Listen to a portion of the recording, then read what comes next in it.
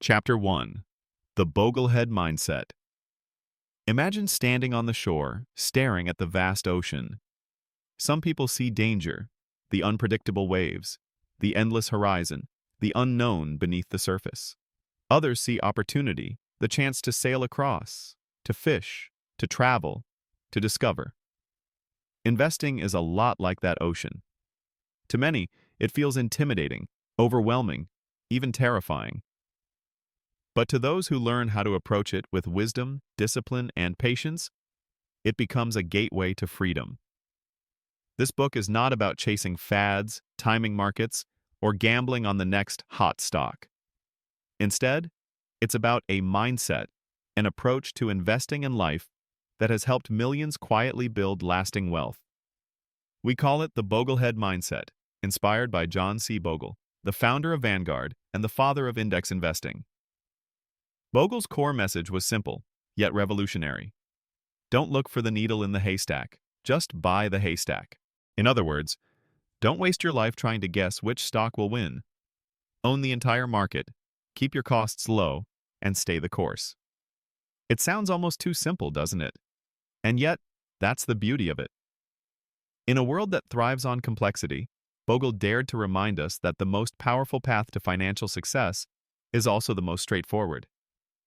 Pause and ask yourself, am I overcomplicating my financial journey? Am I trying to predict the unpredictable instead of trusting a proven process? The foundation of simplicity. The Boglehead mindset begins with one word: simplicity. If you've ever felt like investing is reserved only for Wall Street insiders or financial geniuses, you're not alone. The financial industry often makes money by convincing everyday people that investing is too hard for them to understand. That way, they can charge higher fees, sell fancy products, and keep you dependent on their advice.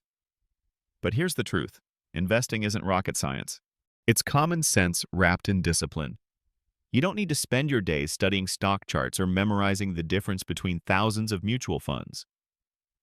What you need is a system low-cost index funds, proper asset allocation, consistent contributions, and above all, the patience to let time work in your favor. Think about it this way. Would you rather spend your life trying to juggle flaming swords while blindfolded, or simply walk a clear, safe path that leads to the same destination? That's the difference between chasing complexity and embracing simplicity. Patience over prediction. The world loves predictions. Financial TV shows thrive on them. Headlines scream, "Recession coming," "Stock crash ahead," "Buy now before it's too late." People hang on to the words of so-called gurus who claim to know the future. But here's a sobering fact. No one can consistently predict short-term market movements. Not me, not you, not even the most seasoned hedge fund managers. The market humbles everyone. The Boglehead mindset flips the script. Instead of asking, "Where will the market go tomorrow?" it asks, "What happens if I stay invested for the next 20, 30, even 40 years?" History has already answered that question. Over time, markets rise. Yes, there are storms, crashes, and painful downturns, but the long-term trajectory has always been upward. Pause and reflect. Am I seeking certainty in an uncertain world, or am I willing to trust the process and focus on the long term? Discipline as a superpower. When you hear the word discipline, you might think of sacrifice, strict rules, or rigid routines. But in the Boglehead mindset, discipline is freedom. It's the ability to resist the noise of the moment and hold steady when everyone else panics. Picture two investors. The first is constantly chasing tips, jumping in and out of the market, and reacting emotionally to every headline. The second has a simple plan and index fund portfolio, automatic monthly contributions, and a commitment to stay the course no matter what. Fast forward 20 years. Who do you think is more likely to be wealthy, calm, and free? The answer is obvious. Discipline isn't glamorous. It doesn't make for exciting TV, but it builds wealth quietly, relentlessly, and with astonishing power. Freedom as the goal. Why do we invest in the first place? It's not just about money. It's about what money represents: freedom. Freedom from living paycheck to paycheck. Freedom from the fear of an unexpected expense. Freedom to retire on your own terms, to travel, to give generously, to spend more time with the people you love. John Bogle didn't just teach us how to invest. He reminded us why we invest. It's not about beating others, showing off, or getting rich quick. It's about building a life where money is no longer a constant source of stress, but instead, a quiet engine that supports your dreams. Pause and ask yourself, what does financial freedom look like to me? Is it retiring early, traveling the world, having peace of mind? The start of your journey. By picking up this book or listening to it on YouTube, you've already taken the first step. You're choosing to learn, to think differently, and to embrace timeless principles that work. The Boglehead mindset is not a sprint. It's not a trick. It's not a secret only the wealthy know. It's a journey of patience, discipline, and trust in a system that has stood the test of time. As we move through the next chapters, we'll explore the traps most investors fall into, the powerful force of compounding, the role of index funds, the importance of asset allocation, and much more. Each chapter will build on the last, giving you a roadmap not just to financial success, but to a freer, calmer, and more meaningful life. So as we close this opening chapter, I'll leave you with this challenge. Decide today that you will embrace simplicity, reject noise, and commit to a long-term vision. That's the Boglehead mindset in action. And if this chapter has sparked something in you, if you're ready to commit to your own journey toward financial freedom, don't forget to like this video, subscribe for more audiobook chapters, and share your thoughts in the comments. What does financial freedom mean to you? Your journey begins here. Stay the course. Chapter 2. Why most people fail at investing. Let's start with a hard truth. Most people who invest don't actually succeed. They don't fail because they aren't smart enough, or because the markets are rigged against them, or even because they didn't try. They fail because of something deeper: habits, emotions, and choices that sabotage them before they ever give themselves a real chance. If you've ever felt frustrated with money, you're not alone.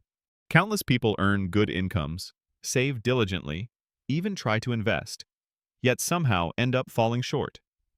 The good news is this: their failures leave clues. And when you understand these clues, you can avoid the same traps. In this chapter, we'll shine a light on the most common mistakes investors make, why they're so tempting, and how adopting the Boglehead mindset can protect you from falling into them. The lure of hot tips and quick wins. Imagine you're at a party. Someone leans over and whispers, "Hey, I've got the inside scoop on a stock that's about to explode." Your pulse quickens. Could this be your chance to strike it rich? This is one of the oldest traps in the book. The belief that wealth comes from finding the magic key, the secret stock, or the next big trend. But here's the reality. By the time a hot tip reaches your ears, it's already too late. The market has priced it in, and the risk is higher than you realize. Chasing quick wins doesn't just fail most of the time. It distracts you from the boring but powerful truth. Wealth is built slowly, consistently, and predictably. Pause and ask yourself, am I tempted by shortcuts, or am I committed to the long game? Timing the market. Another classic mistake is believing you can outsmart the market by timing it, jumping in right before it goes up and jumping out right before it crashes. It sounds logical, right? If you could just predict the ups and downs, you'd be unstoppable. But here's the harsh truth. Even professionals with advanced tools and decades of experience can't do it consistently. And ordinary investors who try, they usually sell when fear is highest and buy when greed is at its peak. In other words, they do the exact opposite of what they should. Research shows that missing just a handful of the best days in the market can destroy decades of growth. The winners aren't the ones who guess right. They're the ones who simply stay in. Pause and reflect.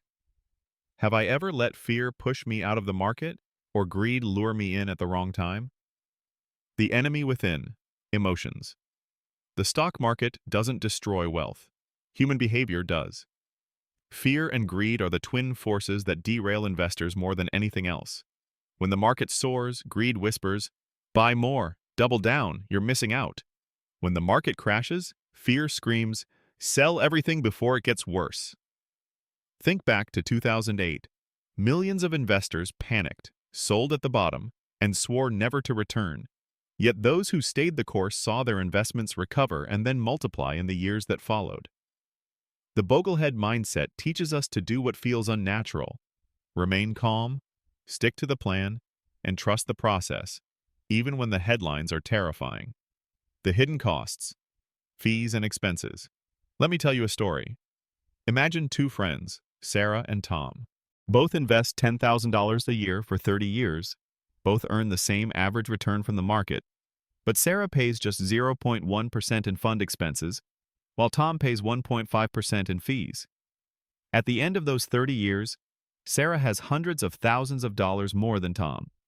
Same market, same discipline, different outcome, all because of fees. This is one of the most overlooked mistakes investors make. They ignore the silent thief of high costs. Wall Street knows this, which is why it constantly pushes complex, expensive products. But with the Boglehead mindset, you learn to keep your costs low and your returns high. Overcomplicating the simple.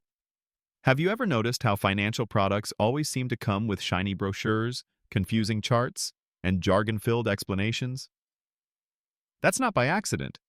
Complexity sells. It makes people feel like they're buying something sophisticated. But here's the truth. Complexity is the enemy of performance.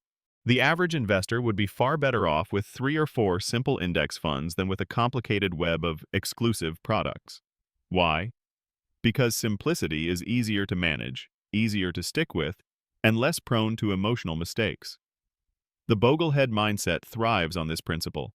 Keep it simple, and let the market do the work for you. Lifestyle creep and lack of discipline. Here's another trap. Lifestyle creep. Every time your income goes up, your expenses rise to match it. You buy the bigger car, the nicer house, the fancier vacations. You feel successful, but behind the scenes, you're spinning your wheels. Your savings rate never grows, and your investments never get the chance to compound. Bogleheads flip this script.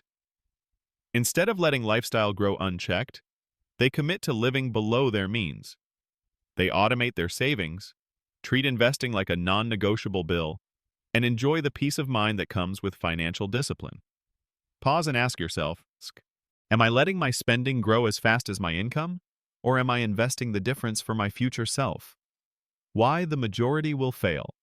When you add up all these mistakes, chasing tips, timing the market, reacting emotionally, paying high fees, overcomplicating portfolios, and succumbing to lifestyle creep, it's no wonder most investors fall short. The odds are stacked against anyone who doesn't consciously choose a different path. But here's the secret. You don't need to be like most investors. You don't need to fail. By adopting the Boglehead mindset, you put yourself in the minority, the disciplined few who win simply by avoiding the traps. Turning knowledge into action. As we close this chapter, here's the key takeaway. Success in investing isn't about brilliance. It's about behavior. You don't need to be the smartest person in the room. You don't need to predict the future. You don't need insider access.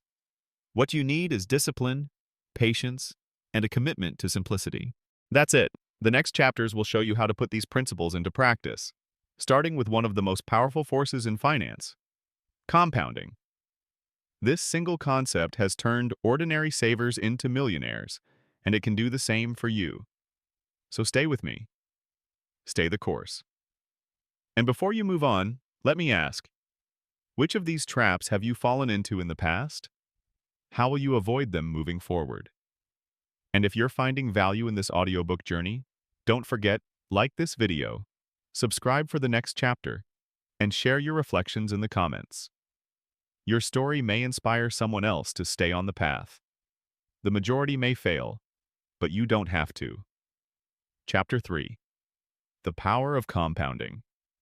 Albert Einstein once called compounding the eighth wonder of the world. Whether or not he actually said it doesn't matter. The truth behind the statement is undeniable. Compounding is the quiet force that turns small, consistent actions into life-changing results. If there's a single principle that separates those who achieve financial freedom from those who never quite get there, it's this one. Compounding works silently in the background, invisible day to day, but unstoppable over time. In this chapter, we'll unpack why compounding is so powerful, why so many people underestimate it, and how you can harness it to transform your financial future. Understanding compounding. At its core, compounding is simple. It's growth on top of growth. Let's imagine you invest $1,000 at a 7% annual return. After the first year, you've earned $70 in interest. Now you're not just earning on your original $1,000, you're earning on $1,070. The following year, you earn interest on $1,140.90, and so on. Over time, that snowball effect turns modest sums into staggering wealth. What feels slow at first accelerates, gathering momentum until it becomes almost unstoppable. Pause and ask yourself, am I letting compounding work for me, or am I constantly interrupting it with fear, impatience, or poor habits? The exponential curve. The human brain struggles to grasp exponential growth. We're wired to think in straight lines, not curves. That's why compounding feels so underwhelming in the beginning, and why most people give up too soon. Here's an example. Suppose you invest $500 a month starting at age 25, earning a 7% annual return. By age 65, you'll have about $1.2 million. But if you start just 10 years later at 35, investing the same $500 a month, you'll end up with only about $600,000. The difference isn't your contribution, it's time. Those early years are the most valuable, because compounding is like a tree. It grows slowly at first, but eventually it becomes massive and unshakable. Pause and reflect. Am I underestimating the value of starting early? Am I delaying decisions that could change my future? Why people miss out? If compounding is so powerful, why do so few people harness it? The reasons are simple but deadly. Impatience. People want results fast. They plant seeds and dig them up before they can sprout. Disruption. They withdraw money too often, interrupting the compounding process. Fear. Market downturns scare them into selling, which resets the compounding clock. Lifestyle creep. Instead of investing consistently, they spend their raises and bonuses. The tragedy is that the people who give up early never see the magic. They walk away just before the exponential curve kicks in. Compounding beyond money. Here's the beautiful part. Compounding doesn't just apply to money. It applies to habits, skills, relationships, and even health. Read 10 pages of a book a day, and in a year you've finished a dozen books. Exercise 3 times a week, and in a decade you've transformed your body and health. Save a little every month, and in 20 years you're financially free. Small, consistent actions multiplied by time create extraordinary results. That's the compounding mindset. Pause and ask yourself, where in my life am I underestimating the power of small, consistent actions? The silent wealth builder. Compounding is silent. It doesn't shout. It doesn't make headlines. It doesn't look impressive in the short term. That's why it's so often ignored. People get distracted by flashy investments, risky bets, or the latest financial fad. But the true wealth builders are quietly compounding in the background, letting time do the heavy lifting. Consider Warren Buffett. Today, he's one of the wealthiest men alive. But here's the interesting part. Over 90% of his net worth was built after his 65th birthday. Not because he suddenly got smarter, but because compounding had decades to work its magic. The longer you let compounding run, the more unstoppable it becomes. Protecting the process. If compounding is the golden goose, then your job is to protect it at all costs. How do you do that? Start early. Every year you delay costs you far more than you think. Stay invested. Don't let fear kick you out of the market during downturns. Keep costs low. High fees and frequent trading eat away at compounding like termites. Automate contributions. Take willpower out of the equation. Make investing automatic. The Boglehead mindset isn't about maximizing excitement. It's about maximizing results. Protect compounding, and it will protect you. Turning the tables. Here's something to think about. Compounding works against you too. Credit card debt, payday loans, and high-interest borrowing use the same force, but in reverse. If you carry a balance on a card with 20% interest, that debt compounds against you every month. What could have been a tool for building freedom becomes a prison that grows tighter the longer you delay paying it off. Pause and reflect. Is compounding working for me or against me right now? The millionaire next door principle. You might imagine that most millionaires got rich through high salaries, brilliant stock picks, or entrepreneurial windfalls. But studies show the opposite.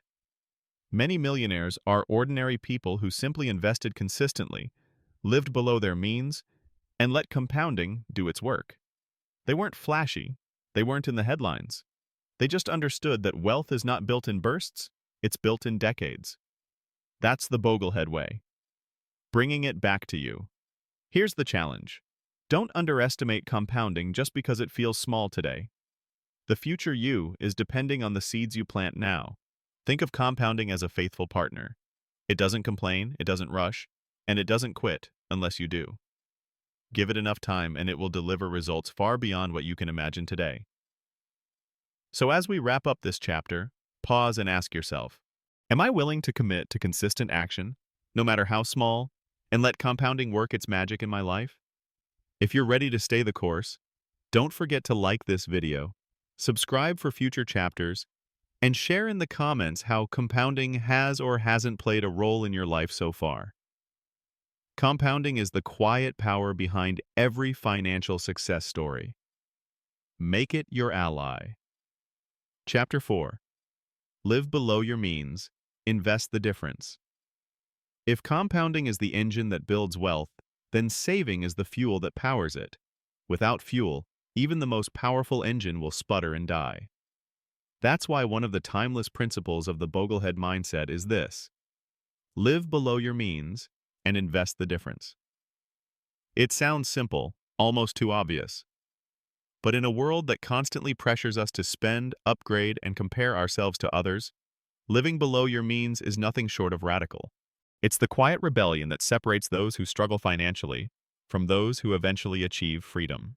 The trap of lifestyle. Picture this. You land your first big job out of college. Suddenly, you're earning more than you ever have before. At first, you keep your expenses the same, and it feels like you're on top of the world. But soon, you upgrade your apartment. You trade in your car for a newer one. You buy nicer clothes, go on more vacations, dine at better restaurants. Before long, your spending has risen to match or even exceed your new income. This is called lifestyle creep, and it silently robs millions of people of the chance to build wealth. The Boglehead mindset teaches us to resist this trap. Instead of letting every raise disappear into spending, you capture the difference and put it to work in your investments.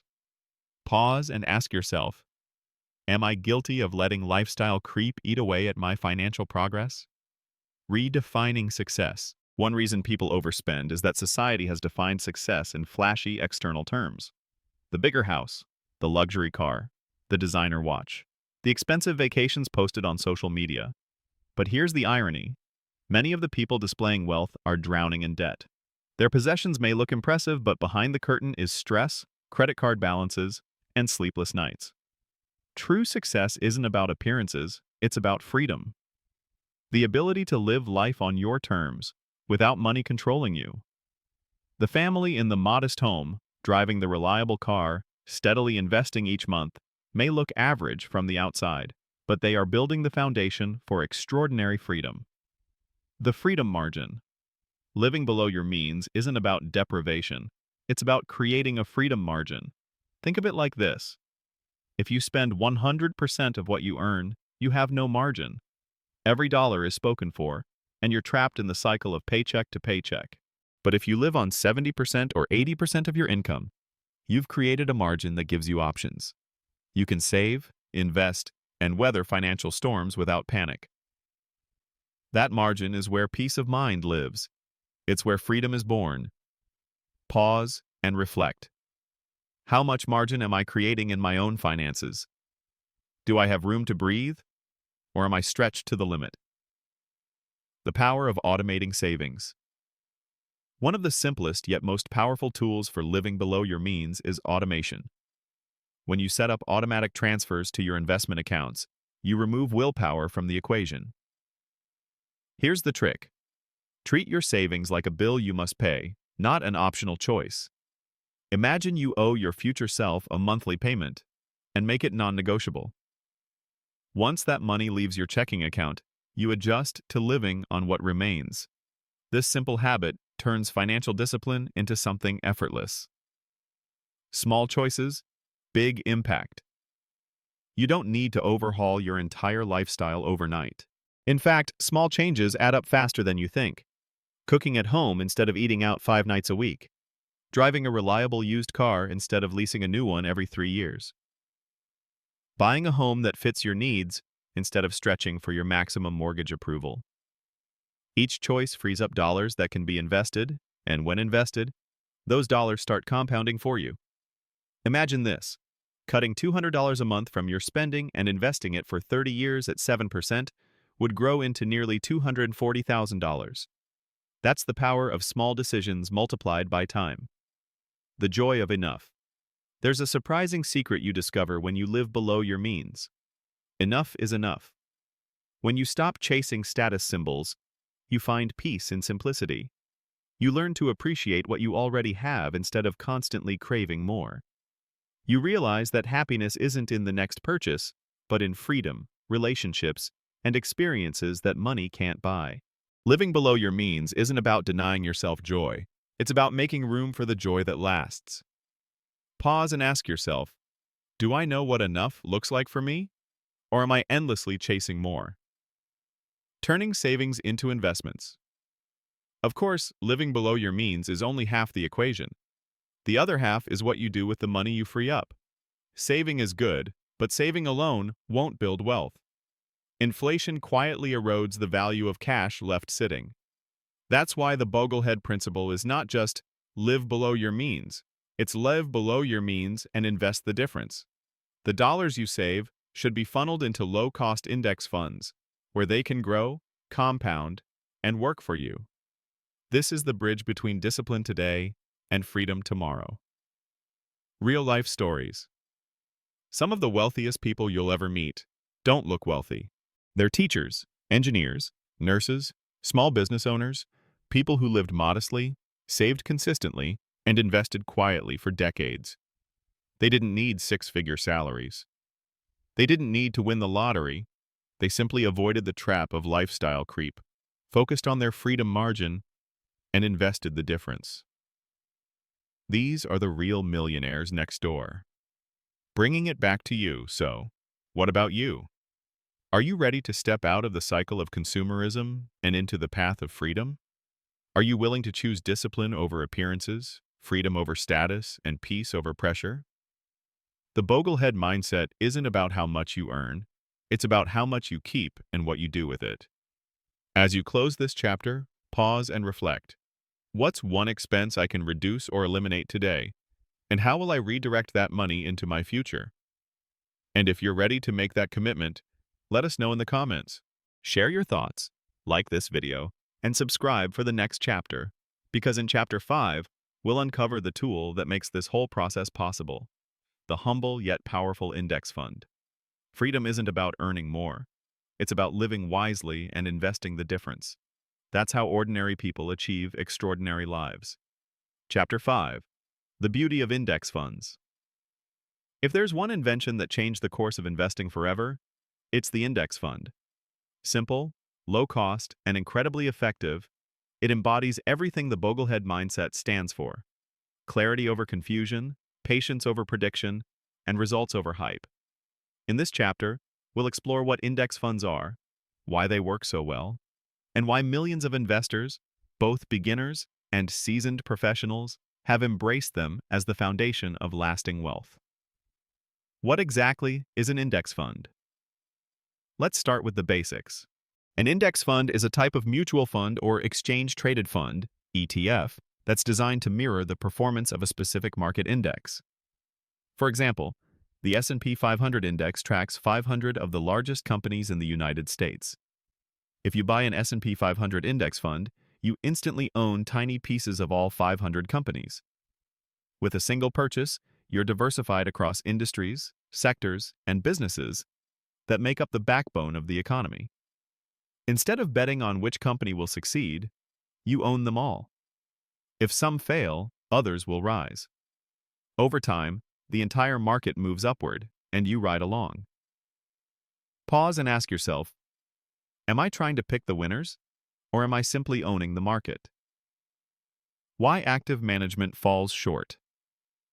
For decades, Wall Street sold the idea that investors needed expert fund managers to beat the market. These managers claimed to know when to buy, when to sell, and which companies would soar. But here's the inconvenient truth. Most active managers fail to outperform the market over time. Study after study shows the same result. Once you factor in fees, taxes, and trading costs, the majority of actively managed funds underperform simple index funds. It's not because they're unintelligent. It's because beating the market consistently is nearly impossible. And even if a manager gets it right one year, they often fail the next. Bogle once put it bluntly, "Don't look for the needle in the haystack, just buy the haystack." The power of low costs. One of the biggest advantages of index funds is their rock-bottom cost. Active funds often charge 1% or more in annual fees. That may not sound like much, but over decades, it can eat away tens, sometimes hundreds of thousands of dollars from your returns. Index funds, on the other hand, often charge less than 0.1%. Think of fees like termites in your financial house. They quietly eat away at your foundation, and if you ignore them, they'll cause serious damage. Choosing index funds is like choosing a solid, well-built home that stands strong year after year. Pause and reflect. Am I letting hidden fees silently rob me of my future wealth? Instant diversification. Another hidden beauty of index funds is diversification. Imagine trying to build your own portfolio of 500 companies. You'd need huge amounts of money, constant rebalancing, and hours of research. But with one index fund, you instantly get exposure to all of them. Diversification is your shield against risk. Individual companies may rise or fall, but the market as a whole has always trended upward over time. With index funds, you don't have to bet on which company will thrive. You're betting on the entire economy's ability to grow. Simplicity as strength. Many people resist index funds because they seem too simple. They think, surely wealth can't be built by something this basic. But that's exactly the trap. Complexity sells. Wall Street thrives on creating products that sound sophisticated, charge higher fees, and give the illusion of exclusivity. But complexity rarely outperforms simplicity. The beauty of index funds is that they remove ego, prediction, and speculation. They allow you to focus on what really matters: staying invested, contributing consistently, and letting compounding do its work. Real-world proof. Let's look at history. From 1976, when John Bogle launched the first index fund, skeptics mocked it as Bogle's folly. They said no one would want to settle for average. Fast forward a few decades, and index funds have outperformed the majority of actively managed funds. They've turned ordinary savers into millionaires and reshaped the entire investment industry. Today, trillions of dollars are invested in index funds, and for good reason, they work. Even Warren Buffett, one of the greatest stock pickers of all time, has said that most people would be better off simply investing in low-cost index funds. He even instructed that his own family's money be invested in an S&P 500 index fund after he's gone. If that doesn't validate the strategy, what will? Removing the guesswork, index funds free you from the exhausting game of guessing. You don't need to know which company will dominate the next decade. You don't need to worry about who's managing the fund. You don't even need to stress about when to buy and sell. Your strategy is simple. Own the market, contribute consistently, stay invested long-term. That's it. Pause and ask yourself, how much time and stress could I save by trusting the market instead of trying to outsmart it? Building your foundation. When you think about building your wealth, think of index funds as the foundation of your financial house. You can add other elements later if you choose, but the core, the part that holds everything together, should be built on index funds. They're low cost, they're diversified, they're simple, they're proven. That's why Bogleheads everywhere use them as the bedrock of their portfolios. Bringing it back to you.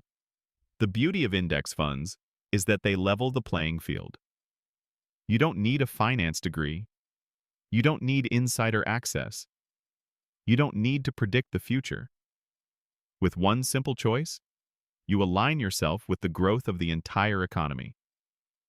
So as you reflect on this chapter, ask yourself, am I chasing complexity? Or am I willing to embrace the beauty of simplicity? And if this message resonates with you, if you're ready to anchor your financial journey in index funds, share your thoughts in the comments, like this video, and subscribe for Chapter 6. In that chapter, we'll explore asset allocation, the art of deciding how much of your money goes into stocks, bonds, and cash. This is where your strategy becomes truly personalized. Remember this: average is not average when it comes to index funds. Average is extraordinary, because average, over time, beats almost everyone else. That's the beauty of index funds. Chapter 6. Asset Allocation Made Simple. If index funds are the building blocks of wealth, then asset allocation is the blueprint that tells you how to arrange those blocks. It's the simple but powerful decision of how much of your money goes into stocks, bonds, and cash. Most investors never stop to think about allocation. They throw money into random funds, chase returns, or copy someone else's portfolio. But here's the truth. Your asset allocation is one of the biggest drivers of your long-term success. It's the steering wheel of your financial journey. In this chapter, we'll break down asset allocation in plain English, show you why it matters, and help you discover how to create a plan that matches your goals, your risk tolerance, and your stage of life. Why allocation matters. Imagine two investors. Sarah invests 80% in stocks and 20% in bonds. James invests 40% in stocks and 60% in bonds. Over the next 30 years, Sarah's portfolio will likely grow faster, but she'll experience bigger swings, higher highs, and deeper lows. James's portfolio will grow more steadily, but slower. Neither choice is wrong. It simply depends on what they value more: maximum growth or stability. That's the heart of asset allocation, balancing risk and reward in a way that you can live with. Pause and ask yourself, would I rather sleep soundly at night with slower growth, or stomach more ups and downs for higher potential returns? The three core asset classes. There are countless investment products out there, but almost all of them boil down to three core categories. Stocks, ownership in companies. They're volatile in the short term, but powerful wealth builders in the long term. Bonds, loans you make to governments or corporations. They provide stability, income, and lower risk. Cash, money in savings accounts or money market funds. It's safe, but it loses purchasing power to inflation over time. Your job isn't to pick which single asset will win. Your job is to decide how to blend them into a mix that matches your life. The rule of age and risk. One classic guideline for asset allocation is the age rule. It suggests subtracting your age from 100 or 110, depending on the version, to determine the percentage of your portfolio in stocks. So if you're 30, you might have 70 to 80% in stocks and 20 to 30% in bonds. If you're 60, you might have 40–50% in stocks and the rest in bonds. It's not a perfect rule, but it highlights a key principle. The younger you are, the more time you have to ride out volatility. The older you are, the more you need stability. Pause and reflect. Am I investing as if I'll need the money tomorrow, or as if I have decades to let it grow? Risk tolerance. Know thyself. Asset allocation isn't just about age. It's also about personality. Some people can handle the roller coaster of a stock-heavy portfolio without flinching. Others panic at the first 10% drop. Here's the problem. If your allocation doesn't match your true tolerance for risk, you'll abandon your plan at the worst possible moment. That's why it's better to choose a slightly more conservative allocation you can stick with, rather than an aggressive one you'll bail on during the next crash. The Boglehead mindset reminds us, the best allocation isn't the one with the highest return on paper. It's the one you'll actually stay invested in. Rebalancing, staying in balance. Over time, markets shift your allocation. If stocks soar, suddenly your 70% stocks, 30% bonds portfolio may look more like 85%, 15%. That means your risk has crept up without you noticing. The solution is rebalancing, periodically adjusting back to your target mix. It's like trimming a tree to keep it healthy and strong. Rebalancing can be done once a year or whenever your allocation drifts too far from your plan. The goal isn't to chase returns, it's to keep your portfolio aligned with your strategy. Simplicity wins. Again, here's the good news. Asset allocation doesn't need to be complicated. Many successful investors use just 2 or 3 index funds to cover everything. A total stock market index fund, a total international stock index fund, a total bond market index fund. That's it. With this simple 3-fund portfolio, you own thousands of companies and bonds around the globe. Diversification at its finest, without the noise. Common pitfalls to avoid. When it comes to allocation, here are traps to watch out for. Chasing performance. Don't overweight an asset class just because it's been hot lately. Ignoring bonds. Young investors often avoid bonds completely, but they play a key role in stability. Being too conservative too early. If you avoid stocks out of fear, you may miss decades of growth. Overcomplication. More funds doesn't mean better results. Stick to simplicity.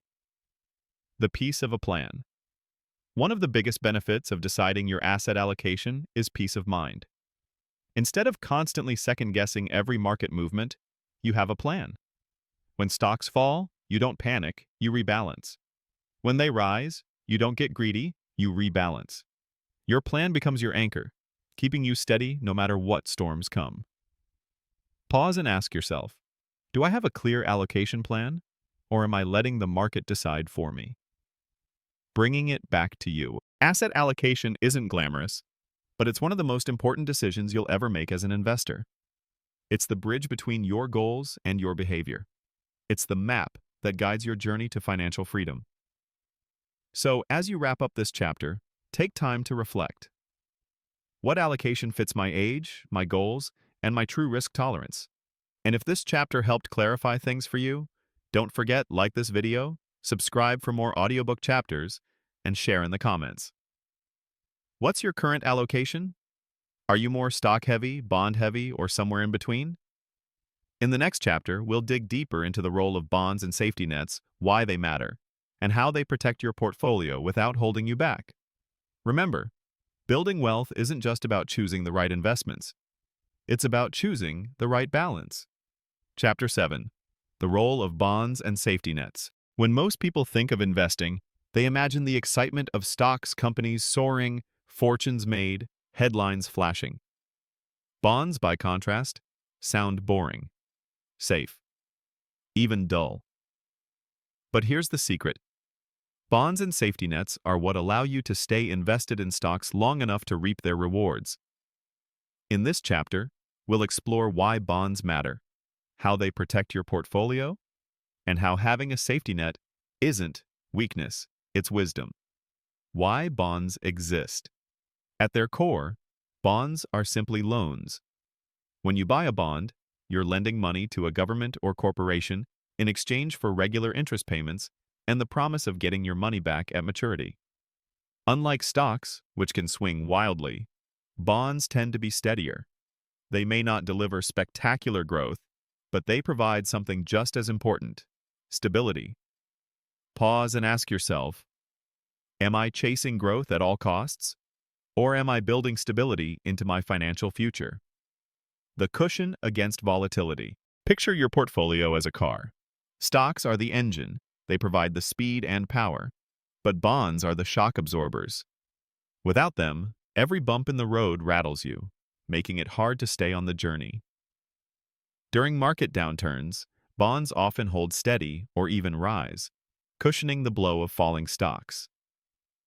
That stability makes it psychologically easier to stay invested when fear is high. Without bonds, many investors panic and sell low. With bonds, they have a smoother ride and they're more likely to stay the course. The income component. Bonds don't just provide stability, they also generate income in the form of interest payments.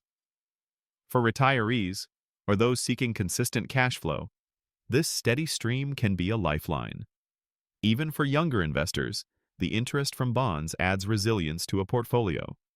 It may not seem exciting, but in times of uncertainty, that income is comforting. Bonds as a rebalancing tool. Remember from the last chapter? Asset allocation requires rebalancing. Bonds play a crucial role here. When stocks soar and your portfolio becomes too stock-heavy, you can sell some stocks and buy more bonds to return to balance. When stocks crash, you can sell some bonds likely still steady and buy stocks at bargain prices. In this way, bonds act as a buffer that gives you flexibility, letting you buy low and sell high without guessing. The myth of all stocks all the time. Some aggressive investors argue, why bother with bonds? Stocks always outperform in the long run. While it's true that stocks historically deliver higher returns, the key phrase is in the long run. Along the way, there are stomach-churning crashes. And if you're 100% in stocks, you may not survive those crashes emotionally or financially. The Boglehead mindset isn't about maximizing returns at all costs. It's about maximizing the chances you'll stick with your plan. Bonds are the guardrails that keep you from driving off the cliff. Pause and reflect. Am I more focused on chasing maximum returns or on creating a strategy I can live with for decades? Safety nets, beyond bonds. Bonds aren't the only form of safety net. True financial freedom also requires having cash reserves, an emergency fund. Life is unpredictable. Cars break down, jobs are lost, medical bills appear. If you don't have an emergency fund, you're forced to dip into investments at the worst possible times, interrupting compounding and derailing your plan. A good rule of thumb is to keep 3 to 6 months of expenses in cash, separate from your investments. Think of it as financial armor. It may not earn much interest, but it buys you peace of mind, and that peace is priceless. The psychology of safety. Here's something many investors overlook. Bonds and safety nets aren't just financial tools, they're psychological tools. Knowing you have a cushion gives you confidence. It allows you to take the long view with stocks, because you know you won't be ruined if the market dips tomorrow. It's like walking a tightrope with a safety net below. Without the net, every step feels terrifying. With the net, you can walk steadily, even boldly. The right mix for you. So how much should you have in bonds? There's no single answer. Younger investors with decades ahead may have just 10 to 20% in bonds. Middle-aged investors might lean closer to 30 to 40%.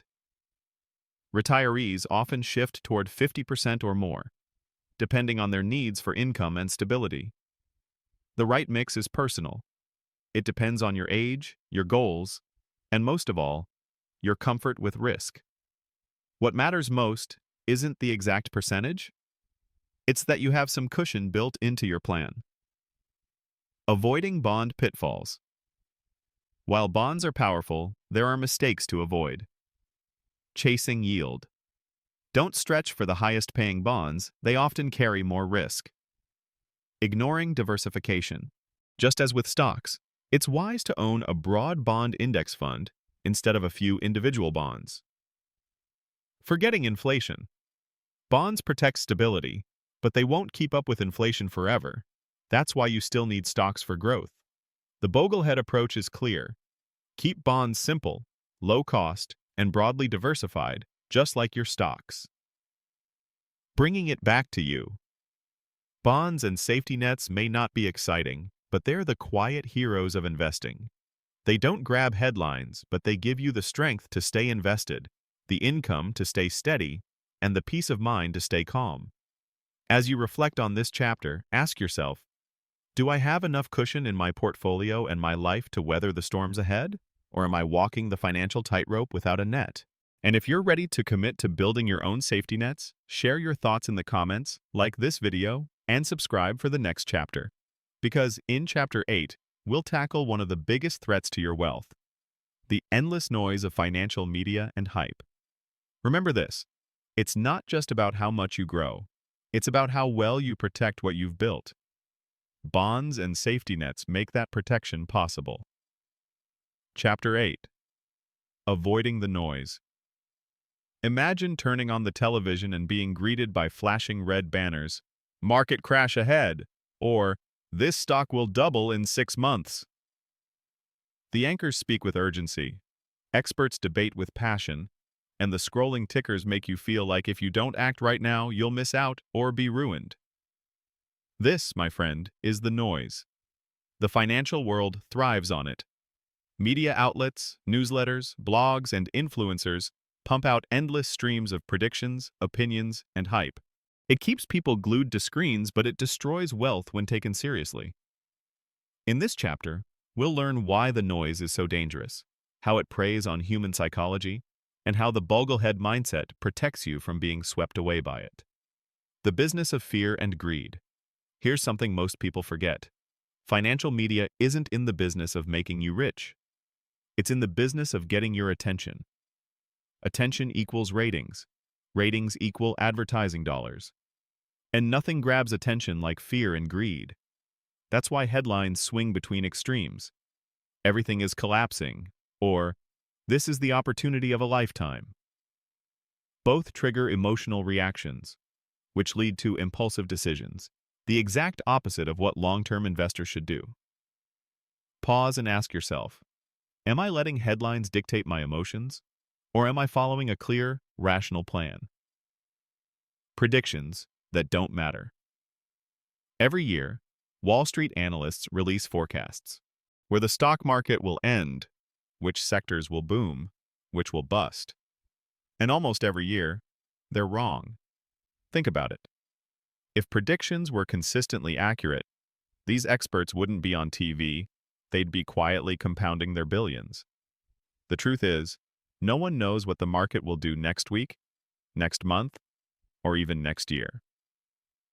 The Boglehead mindset recognizes this simple fact. Short-term predictions don't matter. What matters is staying invested long enough to let long-term growth unfold. The noise of hot stocks. Another form of noise is the endless promotion of hot stocks or next big things.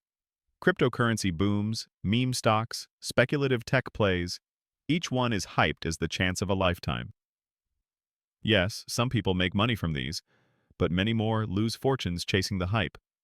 And even the winners often fail to cash out at the right time, turning paper gains into painful losses. The truth? Chasing hot stocks isn't investing, it's gambling. And the house almost always wins. Pause and reflect. Have I ever been tempted to buy something just because everyone else was talking about it? The psychological trap. Noise is powerful because it preys on our deepest instincts. Fear tells us to run when the market drops. Greed tells us to chase when it rises. FOMO, fear of missing out, tells us to jump into whatever everyone else is doing. These instincts served us well in the wild, keeping us safe from danger. But in investing, they betray us. They push us to buy high, sell low, and repeat the cycle until our wealth is gone. The Boglehead mindset is about rewiring those instincts. Instead of reacting to noise, we rely on a plan steady, simple, and proven. The cost of listening. Here's the hidden cost of noise. Not just stress, but money. Studies show that individual investors who trade frequently, often driven by news and media, earn far lower returns than those who simply buy and hold index funds.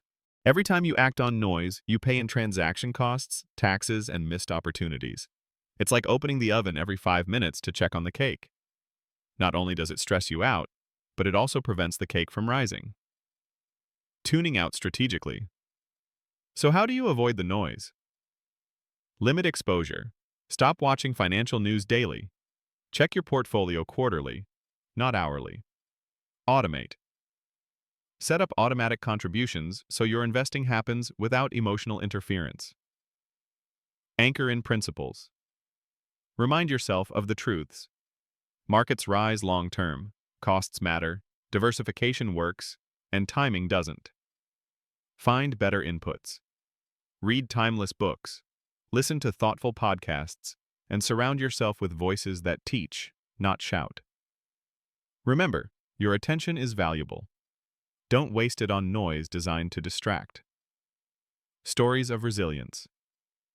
Consider the investors who tuned out noise during the 2008 financial crisis. Headlines screamed doom. Pundits claimed the system was collapsing. Millions panicked and sold. But those who stayed invested, who ignored the noise, saw their portfolios recover and then multiply in the years that followed. Now compare them to those who listened to the noise. Many sold at the bottom, missed the recovery, and locked in permanent losses. The difference wasn't intelligence, it was discipline. It was the ability to tune out the chaos and stick to the plan. Noise in everyday life. Noise isn't just media. It shows up in conversations with friends, coworkers, even family. Someone brags about a stock they bought. Another warns that a crash is imminent.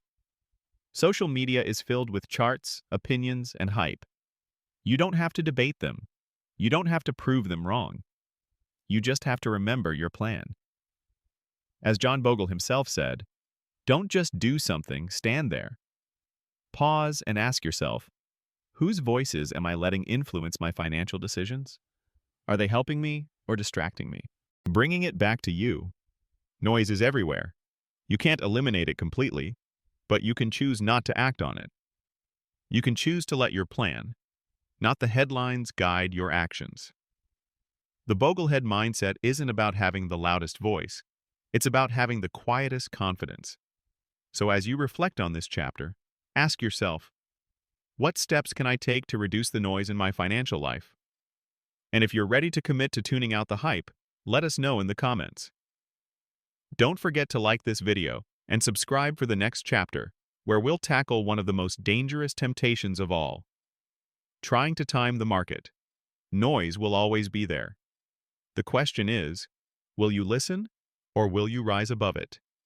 Chapter 9. Time in the market versus timing the market.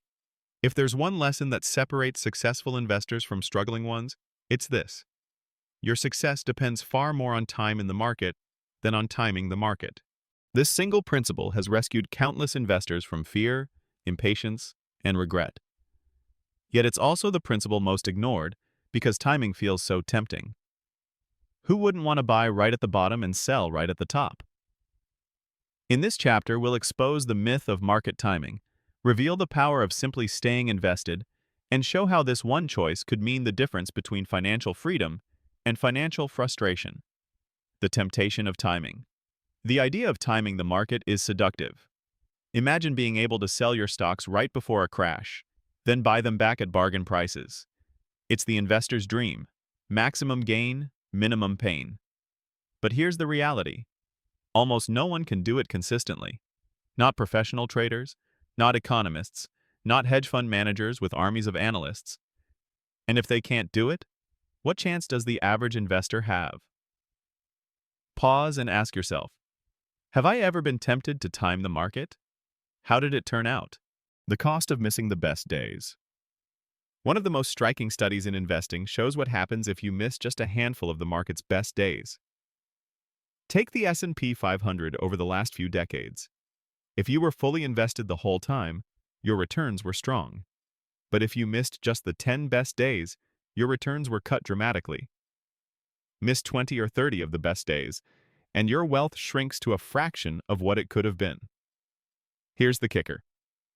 Those best days often happen right after the worst days, which means if you sell during a crash, you're almost guaranteed to miss the recovery. The illusion of control. Market timing gives the illusion of control. It feels like you're being proactive, like you're outsmarting the chaos. But in reality, it's like trying to predict the weather a year in advance. You might get lucky once, maybe twice. But over a lifetime, the odds are stacked against you. The real control comes not from predicting, but from preparing, having a plan, sticking to it, and letting time do the heavy lifting. The power of staying put. Let's look at a simple example. Suppose two investors each have $100,000. Investor A stays invested through thick and thin. Investor B tries to time the market, jumping out during downturns and back in later. At the end of 30 years, Investor A, who did nothing, almost always ends up wealthier than Investor B, who exhausted himself trying to be clever. Why? Because while Investor B was waiting on the sidelines, Investor A was compounding. The secret isn't action, it's patience. Pause and reflect. Am I mistaking activity for progress? Am I hurting my future by constantly jumping in and out? The Boglehead philosophy in action. John Bogle himself was relentless on this point. Don't do something, just stand there. It sounds counterintuitive, almost lazy, but it's the essence of the Boglehead mindset. By staying put, you allow compounding to work.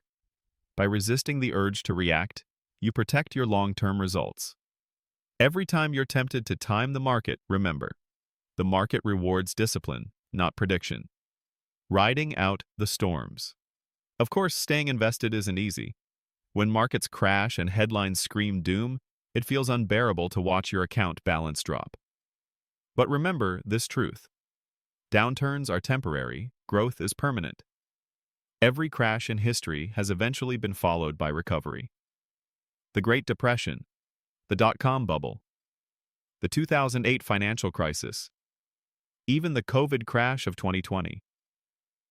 Each one felt terrifying in the moment, but each one was followed by a rebound. Those who sold missed the recovery. Those who stayed invested reaped the rewards. The role of dollar cost averaging. One of the best ways to embrace time in the market is through dollar cost averaging, investing a fixed amount regularly, regardless of market conditions. When prices are high, your fixed amount buys fewer shares. When prices are low, it buys more. Over time, this strategy removes emotion, smooths out volatility, and keeps you consistently invested. You don't need to guess when to buy. You just keep buying. Stories that inspire. Consider the story of an investor who started putting money into an S&P 500 index fund in the 1980s. They invested steadily through Black Monday in 1987, through the dot-com bust, through 2008, and through the pandemic crash. At times, their account balance dropped by 30%, 40%, even 50%. But they never sold. They never tried to time the market. And today, their wealth is multiple times greater than if they had panicked and pulled out. Their success wasn't brilliance. It was endurance. The peace of letting go. There's something liberating about abandoning market timing. When you stop trying to predict the unpredictable, you free yourself from stress. You stop obsessing over daily movements. You focus on what you can control: your savings rate, your allocation, your costs, and your discipline. The market will do what it does. Your job is simply to stay on board. Pause and ask yourself, how much peace of mind would I gain if I stopped trying to time the market and simply trusted the process? Bringing it back to you. Timing. The market may be tempting, but it's a losing game. The winners are those who stay the course, who let time, not timing, carry them to freedom. So as you finish this chapter, decide, will I keep chasing the impossible, or will I embrace the discipline of staying invested? And if this chapter resonated with you, if you're ready to trust time instead of timing, don't forget to like this video, subscribe for the next chapter, and share your reflections in the comments. Because in Chapter 10, we'll discover one of the most powerful tools for staying consistent without stress: the magic of automation. Remember, Wealth isn't built by those who jump in and out. It's built by those who stay in. Time in the market always wins. Chapter 10. The Power of Automation. If you've ever struggled to stick with a financial plan, you're not alone. We all start with good intentions, saving more, investing regularly, cutting expenses. But life gets in the way. We forget. We procrastinate. We hesitate when markets look scary. That's why one of the most powerful tools in the Boglehead mindset is automation. Automation takes discipline out of your hands and puts it on autopilot. It transforms good intentions into consistent action. In this chapter, we'll explore why automation is the secret weapon of successful investors, how to set it up, and how it can free you from stress, doubt, and inconsistency. Why willpower isn't enough. Most people believe financial success is about willpower. I'll invest when I remember. I'll save more once I get a raise. I'll cut spending next month. But the problem with willpower is that it's inconsistent. Some days you're disciplined, other days you're not. The market dips, and you hesitate. Something exciting comes along, and you spend instead of save. Automation removes willpower from the equation. It ensures that whether you're motivated or not, the right decisions happen automatically. Pause and ask yourself, am I relying on willpower? Or have I built systems that work even when I don't? How automation builds wealth. Here's how automation works in practice. Your paycheck comes in. A portion is automatically directed to your retirement account, index funds, or savings. Bills are paid automatically. What's left is yours to spend guilt-free. No decisions, no hesitation, no forgetting.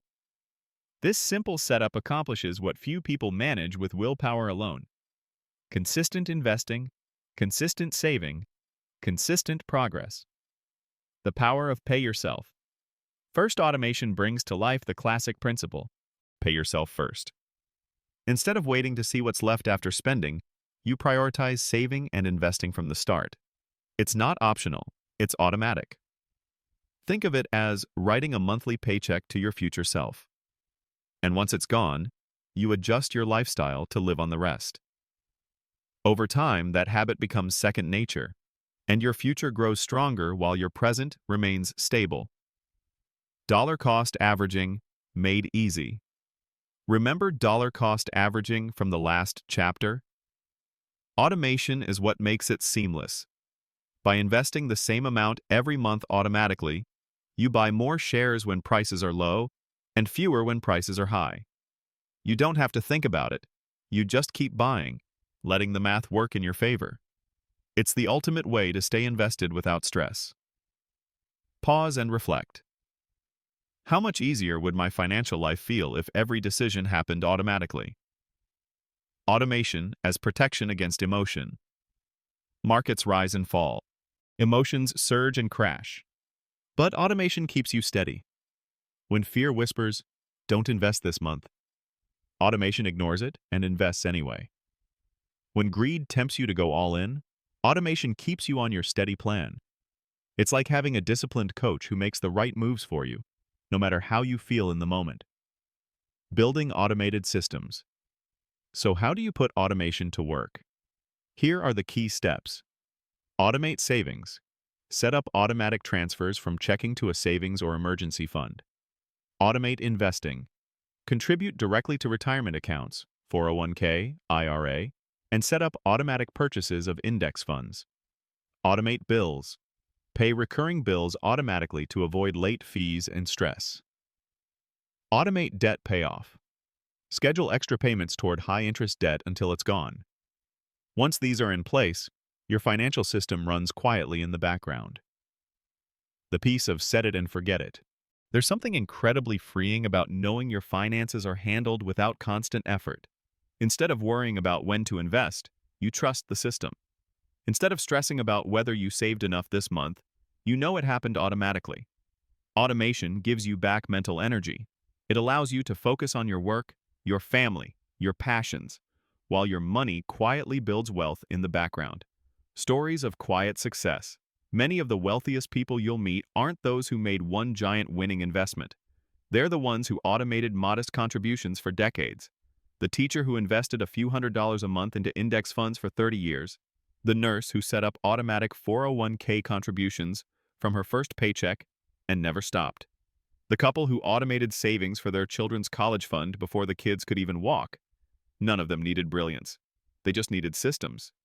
Avoiding lifestyle sabotage. One added benefit of automation is that it prevents lifestyle creep from stealing your future. When your savings and investments are deducted automatically, you never see that money as spendable. Your lifestyle adjusts naturally to what remains. That's how you protect your future from being eaten away by your present.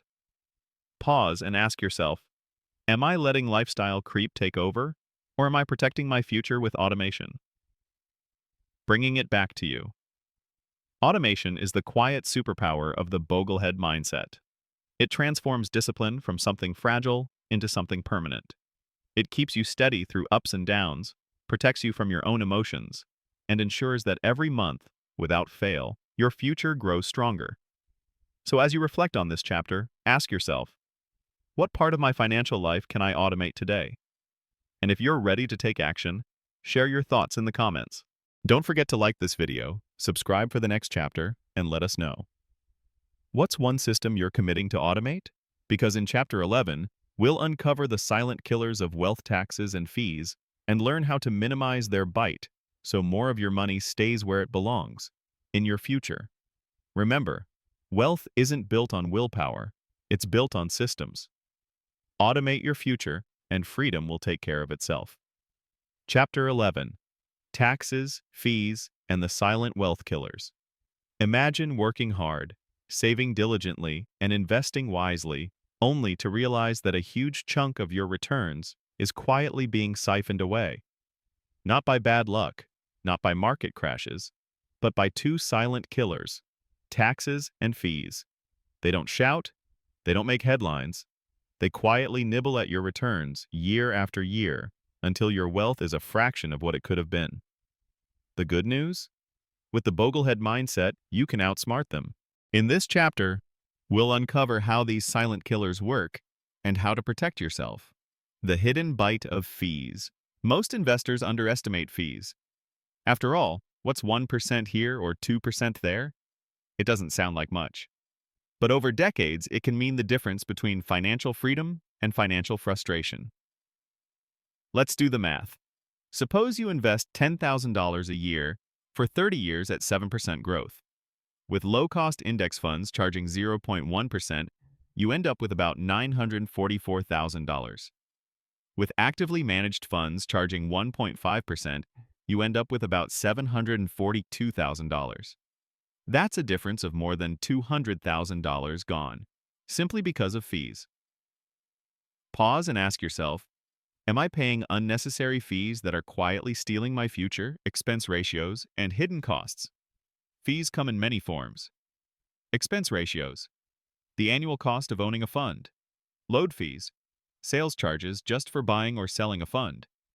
Trading costs, commissions or bid-ask spreads on frequent trades. The Boglehead way is simple. Choose low-cost, no-load index funds and keep trading to a minimum.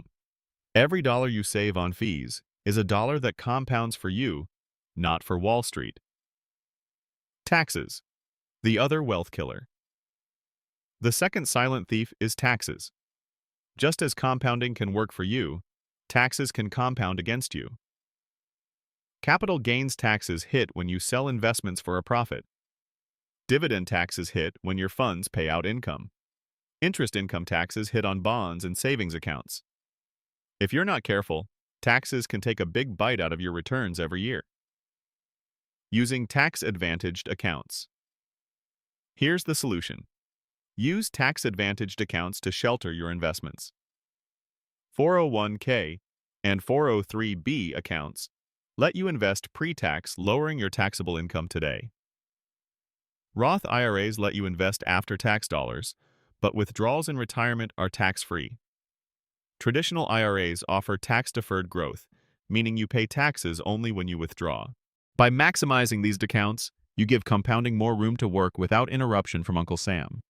Pause and reflect. Am I taking full advantage of the tax shelters available to me? The power of tax efficiency. Beyond accounts, you can also invest in a tax-efficient way. That means hold index funds. They have lower turnover than active funds, which means fewer taxable events. Use the right placement. Put bonds and income-generating assets in tax-advantaged accounts. Keep tax-efficient stock index funds in taxable accounts. Avoid frequent selling. Every trade creates potential taxable gains. Buy and hold keeps taxes low, long-term versus short-term. Not all gains are taxed equally. Short-term capital gains, selling within a year, are taxed at your regular income rate. Long-term gains, selling after a year, are taxed at lower rates. That's one more reason to stay invested long-term. Patience isn't just good for compounding, it's good for your tax bill too. Death by 1,000 cuts. Here's the scary part. Fees and taxes don't just hurt once. They hurt over and over, compounding against you. A 1% fee today doesn't sound like much, but that 1% compounds every year, reducing your base and shrinking your compounding effect. The same goes for unnecessary taxes. Over decades, the cumulative loss can be staggering. That's why Bogleheads obsess over keeping costs low and taxes minimized. It's not about being cheap, it's about protecting compounding. Real-life contrast. Let's compare two investors. Investor A buys a handful of high-fee mutual funds, trades often, and ignores tax efficiency. Investor B sticks with low-cost index funds, invests in tax-advantaged accounts, and rarely sells. They both earn the same market returns. But after 30 years, Investor B often ends up with hundreds of thousands more. Not because they were smarter, but because they were disciplined about avoiding silent killers. How to protect yourself. Here are the Boglehead rules for defense. Know your fees. Always check the expense ratio of any fund. Under 0.2% is ideal. Use index funds. They're the simplest, cheapest, most tax-efficient option. Maximize tax shelters. Use 401ks, IRAs, and Roth accounts to the fullest. Hold for the long term. Every trade is a tax event. Patience pays. Don't get fancy. Complex strategies often create more tax headaches than benefits. The peace of efficiency. Here's the beauty. Once you've minimized fees and taxes, you don't have to worry about them again. You can sleep at night knowing that more of your money is compounding for you, not for someone else. It's a quiet, steady victory. You may not see it day to day, but decades from now, you'll look back and realize this was one of the smartest decisions you ever made. Pause and ask yourself, am I letting silent killers eat away at my wealth? Or am I protecting my compounding power, bringing it back to you? Taxes and fees may not be exciting topics, but ignoring them is like sailing with a leak in your boat. No matter how strong the wind, you'll never reach your destination if water keeps seeping in. The Boglehead mindset plugs the leaks. It protects your compounding. It ensures that what you earn, you keep. So as you close this chapter, decide today, I will no longer let silent killers rob me of my future. And if you're ready to commit to that, like this video, subscribe for the next chapter, and share in the comments. What steps will you take to cut fees and taxes from your financial life? Because in Chapter 12, we'll face one of the hardest tests of all, staying the course through market storms. This is where true investors are forged. Remember, wealth isn't just about growing, it's about keeping what you grow. Protect it, guard it, and let compounding thrive. Chapter 12. Staying the course through market storms. Picture yourself sailing on the open sea. The skies are clear, the wind is steady, and your boat glides smoothly across the water. Everything feels easy. Then, without warning, dark clouds gather. The waves rise, the wind howls, and suddenly you're gripping the wheel with white knuckles. This is what investing feels like during a market storm. When everything is going up, staying invested feels effortless. But when markets crash, when headlines scream panic, your true test begins. In this chapter, we'll explore why market storms are inevitable, how most investors fail during them, and how the Boglehead mindset equips you not just to survive, but to thrive. The certainty of uncertainty. Here's the first truth. Market downturns are not accidents. They are guarantees. History shows that markets experience corrections, drops of 10% or more every couple of years, bear markets, drops of 20% or more every decade or so, and full-blown crashes once or twice in a generation. It's not a matter of if, it's a matter of when. It's a pause and ask yourself, am I preparing for storms as if they're rare accidents, or as if they're inevitable parts of the journey? Why most investors fail. When storms hit, fear takes over. Investors sell to stop the bleeding, locking in losses. Others try to wait on the sidelines until things look safer. But by then, the recovery has already begun. Studies consistently show that the average investor underperforms the market, not because the market fails, but because they fail to stay invested. The market crashes, they panic, and they sell low. The tragedy is that these storms are temporary. Every single downturn in history has been followed by recovery and growth. But only those who stayed the course benefited. The Boglehead response. The Boglehead mindset flips the script. Instead of fearing downturns, we expect them. We prepare for them. We even welcome them as opportunities. How? Through discipline, asset allocation, and rebalancing. Discipline keeps us from selling in panic. Asset allocation cushions the blow with bonds and safety nets. Rebalancing allows us to buy more stocks at lower prices, turning crashes into bargains. Storms don't derail us. They strengthen us. The Great Financial Crisis. Let's revisit 2008. The housing market collapsed. Banks failed. The stock market plunged more than 50%. Fear was everywhere. Many investors pulled out, swearing never to return. But those who stayed the course, who kept investing through the storm, saw their portfolios recover and then soar to new highs in the years that followed. What looked like devastation became one of the greatest wealth-building opportunities of a generation. The winners weren't the smartest. They weren't the fastest. They were simply the ones who didn't quit. Pause and reflect. When fear comes, will I have the strength to stay the course? Why staying is so hard. If staying the course is so powerful, why do so many people fail? Because pain is louder than logic. When you see your portfolio drop by 20%, 30%, or even 50%, it feels like the end of the world. Your brain screams at you to escape. It tells you to sell before it gets worse. But that instinct, while natural, is deadly in investing.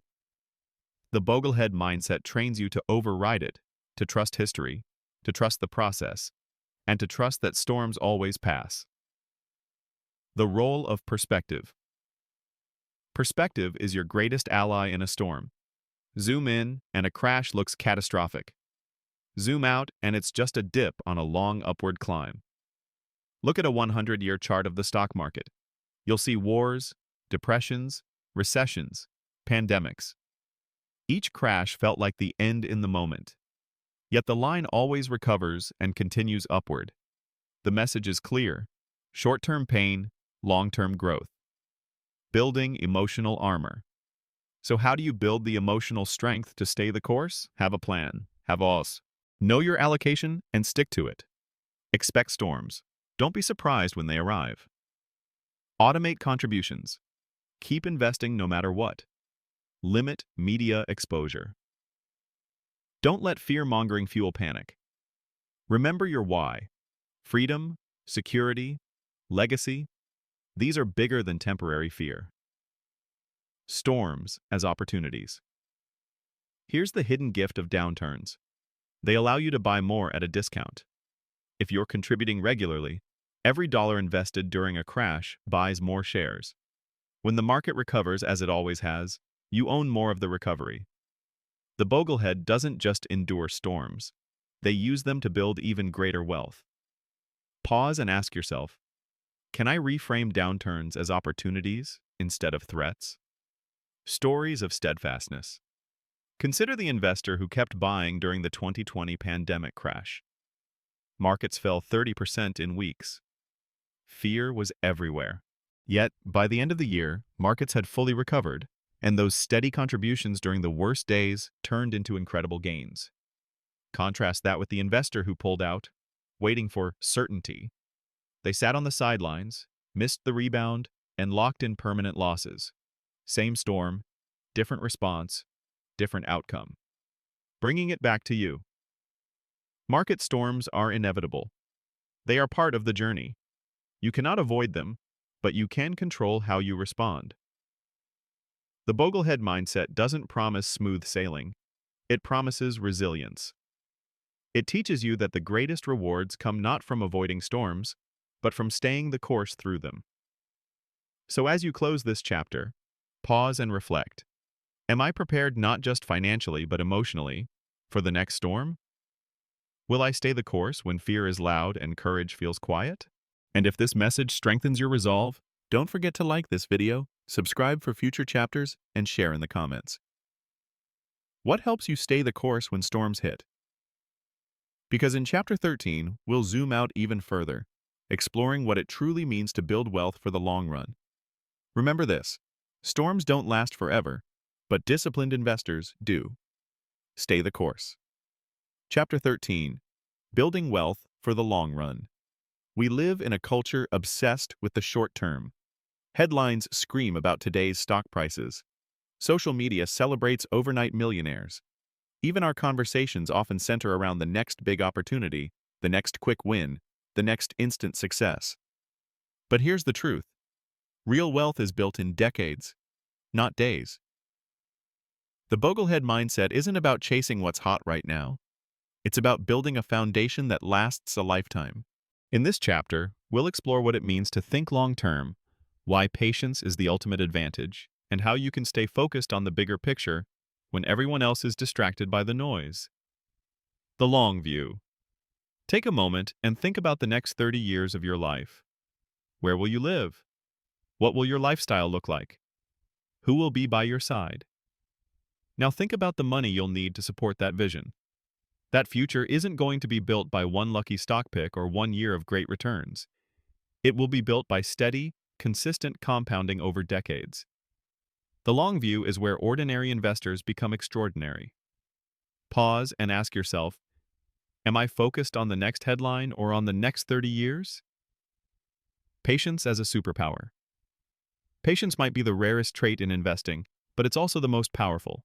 When others panic, patience waits. When others chase fads, patience holds steady.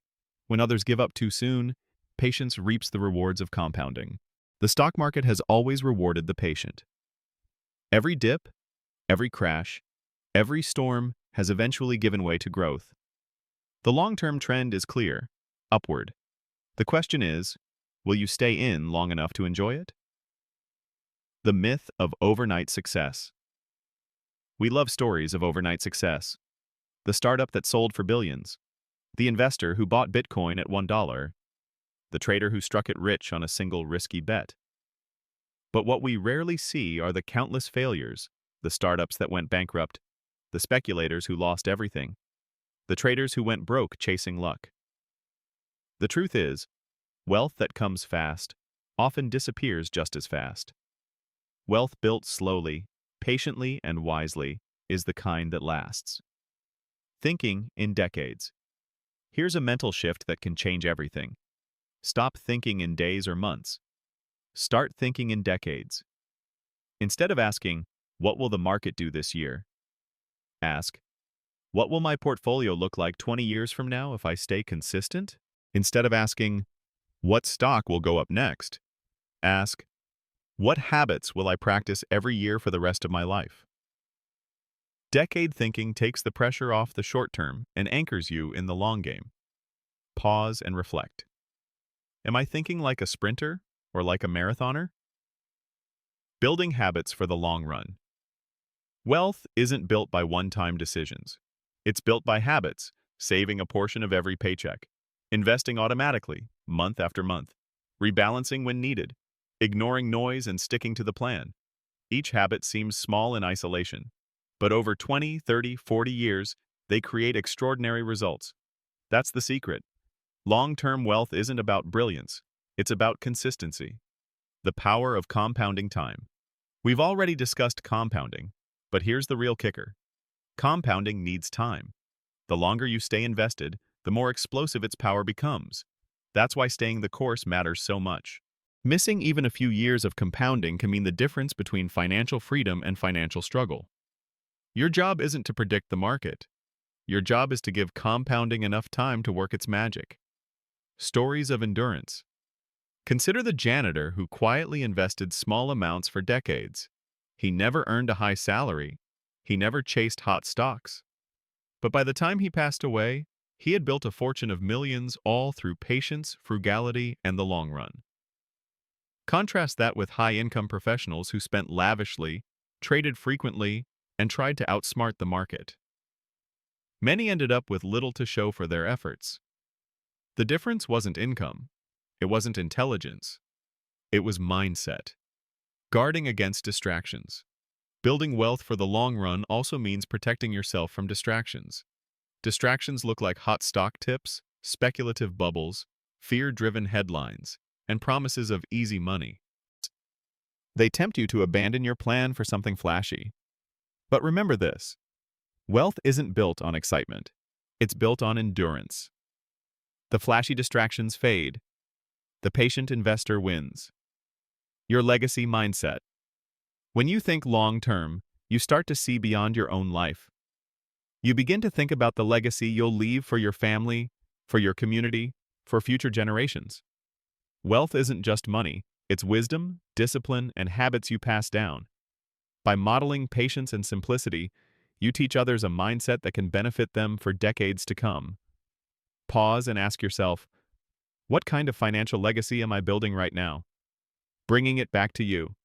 Building wealth for the long run isn't glamorous. It's not about quick wins or bragging rights.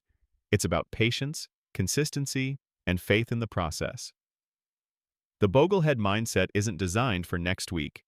It's designed for the next 30 years. It's designed to free you, your family, and even generations to come. So as you finish this chapter, ask yourself, am I willing to think in decades, not days? Am I willing to embrace patience as my greatest advantage? And if this resonates with you, share your thoughts in the comments, like this video, and subscribe for the next chapter, because in Chapter 14, we'll explore how to pass this wisdom forward by teaching the next generation. Remember, wealth built fast can vanish fast. Wealth built patiently lasts forever. Chapter 14. Teaching the next generation. Wealth isn't just about what you accumulate in your lifetime. It's about the values, wisdom, and habits you pass on. Money can be inherited and lost. But the mindset behind money? That's what lasts. This is why one of the most meaningful parts of the Boglehead philosophy is teaching the next generation. Whether it's your children, grandchildren, nieces and nephews, or even your community, sharing financial wisdom is one of the greatest gifts you can give. In this chapter, we'll explore why financial education is so important, how to teach it effectively, and how passing down timeless principles can shape not just one life, but many. Why money lessons matter. Schools teach math, science, history, and literature, but very few schools teach personal finance. Most young people enter adulthood knowing how to solve equations or write essays, but not how to budget, save, or invest. And so, they learn the hard way, through debt, financial stress, and costly mistakes. By teaching financial wisdom early, you give the next generation something most people never get: a roadmap to freedom instead of a lifetime of struggle. Pause and ask yourself, who in my life could benefit from the financial lessons I've learned? Start with values, not numbers. When teaching others about money, it's tempting to jump into numbers, formulas, and investment strategies. But the real foundation isn't numbers, it's values. Teach the importance of living below your means, of saving consistently, of avoiding debt traps. Teach patience, discipline, and gratitude. Show them that money is not just about buying things, it's about freedom, security, and choice. Once the values are in place, the numbers are easy. Modeling the behavior. Children and young adults learn far more from what we do than from what we say. If you tell them to save but you're constantly overspending, the lesson won't stick. But if they see you budgeting, saving, investing, and living within your means, that example becomes their blueprint. Model the behavior, and they will absorb it naturally. Making money conversations normal. For many families, money is a taboo subject. Parents don't talk about it, kids don't ask, and everyone is left to figure it out alone. But silence is dangerous. Breaking the taboo is one of the greatest gifts you can give. Make money conversations normal. Share your successes and your mistakes. Talk about budgeting, saving, and investing in everyday language. The more open the conversation, the more comfortable the next generation will be managing money with confidence. Pause and reflect. Am I modeling openness around money? Or am I reinforcing silence and secrecy? Teaching simple habits. Here are some practical lessons you can pass on. Save first, spend later. Teach them to pay themselves before they buy anything else. Avoid debt traps. Explain how credit cards can spiral if balances aren't paid in full. Start investing early. Show the magic of compounding with simple examples. Keep it simple. Teach the power of index funds over chasing hot tips. Think long-term. Encourage patience, consistency, and the avoidance of noise. Each of these habits, once learned, becomes a lifelong advantage. Stories that stick. Facts are useful, but stories are powerful. Share real-life examples of people who lived below their means and achieved freedom, or those who chased wealth recklessly and ended in ruin. Tell the story of the millionaire next door, the teacher, the mechanic, the nurse who quietly invested for decades. Show that wealth isn't about flash. It's about patience and discipline. Stories stick. They shape beliefs, and beliefs shape behavior. Building generational wealth. Generational wealth isn't just about leaving money. It's about leaving knowledge. Yes, you can pass down investments, property, or savings accounts, but without the mindset to manage them, those assets often vanish within a generation. That's why financial wisdom is even more valuable than financial inheritance. The Boglehead legacy is simple. Teach simplicity, patience, and discipline. Teach the mindset, and the money will take care of itself. Pause and ask yourself, am I leaving just money behind, or a mindset that multiplies it? Teaching beyond family. Passing down wisdom doesn't stop with your children. It can extend to your community. Mentor young people. Volunteer to teach financial literacy classes. Share resources with friends and coworkers. By spreading financial wisdom, you don't just change one life, you start a ripple effect that can impact dozens, even hundreds of people. Imagine a world where financial stress is replaced by financial confidence. That's the power of teaching. The reward of legacy. There's something deeply fulfilling about seeing the next generation thrive because of the lessons you passed on. Watching a young person avoid debt, save early, and invest wisely, knowing you played a role in that success, is a reward no number can measure. The ultimate wealth isn't just in your bank account. It's in the lives you've touched, the lessons you've shared, and the freedom you've helped others achieve. Bringing it back to you. The Boglehead mindset isn't just about building wealth for yourself. It's about building a legacy of wisdom and freedom for others. So as you reflect on this chapter, ask yourself, who can I teach today?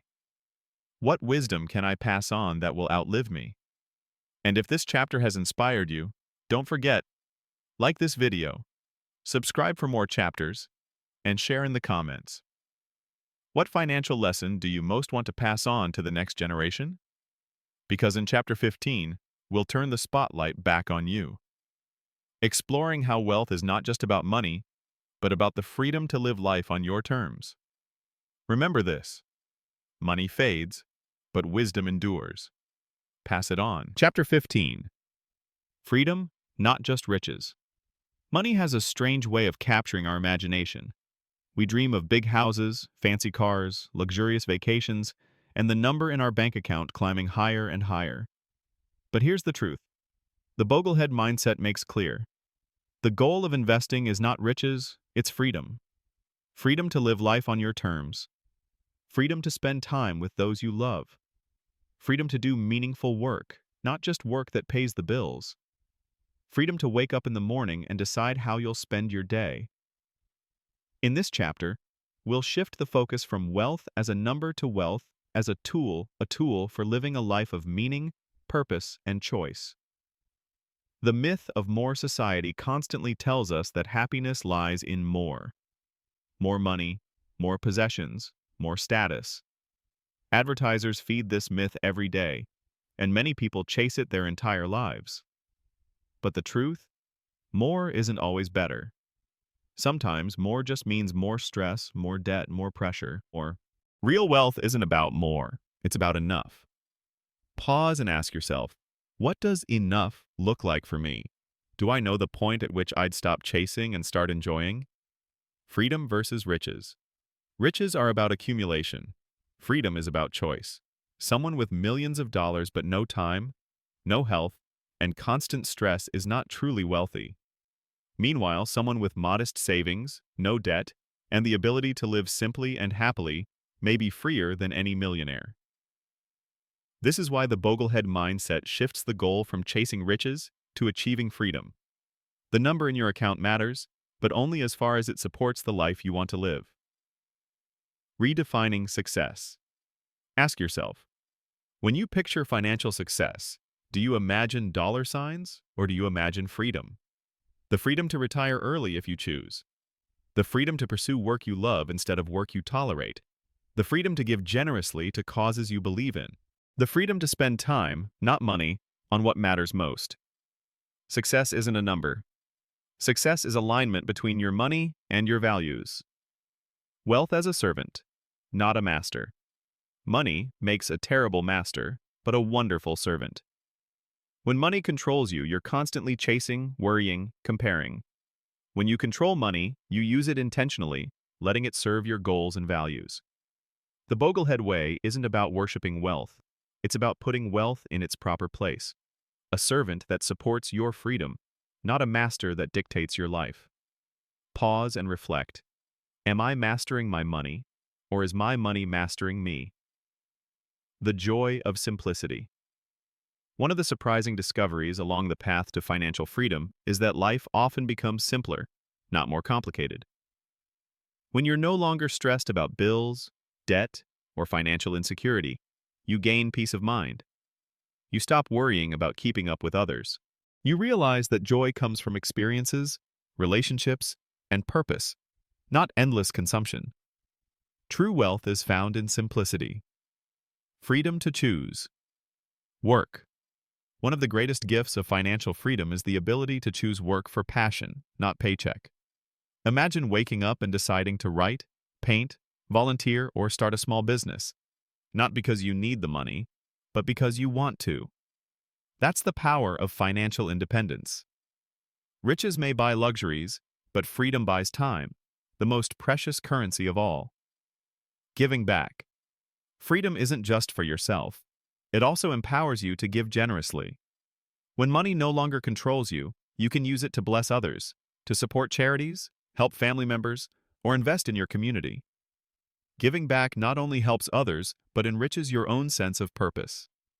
The Boglehead mindset reminds us, true wealth isn't measured only in what we keep, but in what we give.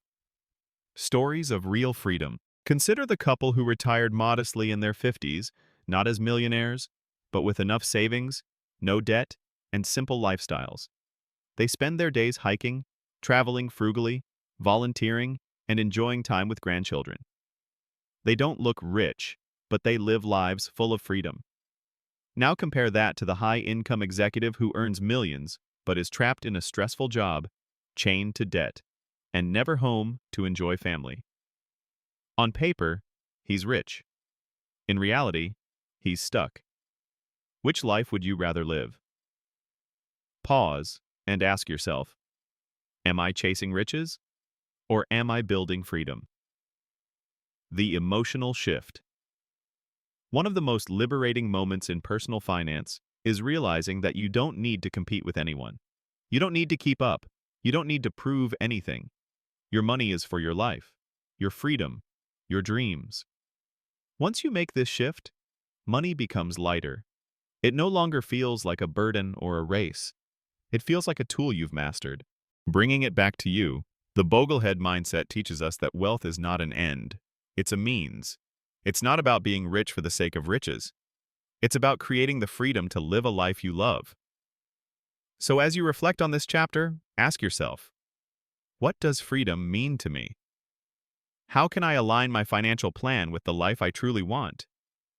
And if this perspective resonates with you, share your thoughts in the comments, like this video, and subscribe for the final chapter.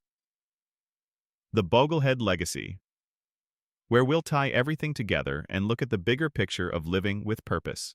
Remember, riches fade, freedom endures. Build your wealth with freedom as the goal, and you'll never be a prisoner to money again. Chapter 16. The Boglehead Legacy. Legacies are not built overnight. They're the product of years of choices. Small, quiet, steady decisions that add up to something much greater than ourselves. When John Bogle created the first index fund in 1976, he wasn't trying to be a hero. He wasn't chasing fame or fortune. He simply believed in a better way for ordinary people to invest. His idea was mocked at first, even ridiculed as Bogle's folly. And yet, decades later, his vision has transformed millions of lives. That's the power of legacy. Not just money, but wisdom. Not just wealth, but freedom. In this closing chapter, we'll explore what it means to live the Boglehead legacy.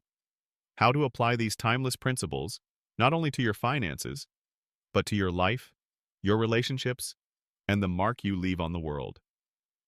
Simplicity that endures. The heart of the Boglehead mindset is simplicity. Keep costs low, avoid unnecessary risks, stay the course, live below your means. Invest the difference. These principles may sound simple, almost too simple. But that's why they endure. They don't rely on prediction, luck, or timing. They work in bull markets, bear markets, and everything in between. By embracing simplicity, you give yourself the greatest gift of all, peace of mind.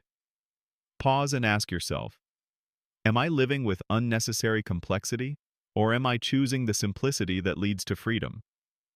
Wealth with purpose. The legacy isn't just about growing your portfolio. It's about asking, what is this money for? Is it for security in retirement? For sending your children to college? For supporting charities or causes you believe in? For giving you the freedom to travel, explore, or pursue your passions? Wealth without purpose is hollow. Wealth with purpose is powerful. The Boglehead legacy is about aligning money with meaning, so that every dollar serves a bigger vision. Teaching through example. Perhaps the greatest legacy you can leave is not money itself, but the example of how you lived. Did you model discipline and patience? Did you show others the joy of living below your means and the peace of financial security? Did you demonstrate generosity, humility, and purpose? Your actions teach louder than your words. By living the Boglehead way, you quietly pass down lessons that will ripple through generations. Pause and reflect. What lessons will my life teach others, whether I speak them or not? The ripple effect. John Bogle's invention didn't just change the lives of investors. It changed the financial industry, shifting trillions of dollars toward lower costs and greater transparency. In the same way, your choices can ripple out further than you imagine. By staying disciplined, teaching others, and sharing wisdom, you inspire change beyond your immediate circle. You may never see the full impact, but it will be there. Living with gratitude. Part of the Boglehead legacy is gratitude. Gratitude for the opportunities you've had. Gratitude for the compounding that worked silently for decades. Gratitude for the chance to live a life of freedom. Gratitude turns wealth into joy. It transforms money from something you worry about into something you're thankful for. And it reminds you that no matter how much you have, life is richest in relationships, purpose, and love. Giving back legacy also means giving. The more secure you become, the more you can give back to your family, your community, and causes you care about. Whether through financial donations, volunteering, or mentoring, giving multiplies your impact. True wealth isn't measured only in what you keep. It's measured in what you give away. Pause and ask yourself, how can I use my wealth, wisdom, and time to create a legacy bigger than myself? Staying the course in life. The principle of staying the course applies not only to investing, but to life. Life will bring storms, career setbacks, health challenges, personal struggles. Just like the market, life is unpredictable. But the same philosophy applies. Stay disciplined, stay focused, and remember that storms pass. The Boglehead mindset is more than a financial strategy. It's a life philosophy, the end of the journey and the beginning. As we close this book, remember that financial freedom isn't just about reaching a number. It's about creating the life you want, one decision at a time. It's about simplicity over complexity, patience over panic, freedom over riches. It's about building not just wealth, but peace, purpose, and legacy. You don't have to be the smartest. You don't have to be the luckiest. You just have to be consistent. And if you do, decades from now, you'll look back and realize you built not only financial freedom, but a life well lived. Bringing it back to you. So pause for one final reflection. What legacy will I leave? Will I be remembered for chasing wealth or for living with wisdom, simplicity, and freedom? The Boglehead legacy is yours to carry forward. Share it, live it, pass it on. And if this journey has inspired you, don't forget, like this video, subscribe for more timeless lessons, and share in the comments. What's the legacy you want to build? Because at the end of the day, money is not the goal. Freedom is. And freedom, lived wisely, becomes the greatest legacy of all. Stay the course. Stay the